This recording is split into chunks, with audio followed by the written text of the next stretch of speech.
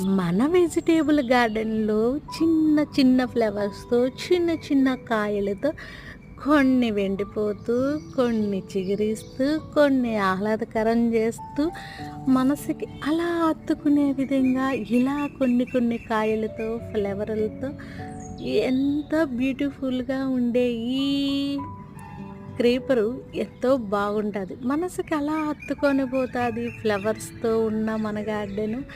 అన్ని కాయలు ఫ్లవర్సు, కాయలు కాయకపోయినా మనసుకి సంతోషంగా ఉంటాది.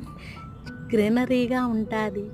చూసేదానికి ఎవరికో ఏదో చూపించాలని కాదు, ఎవరినో మెప్పించాలని అని కూడా కాదు.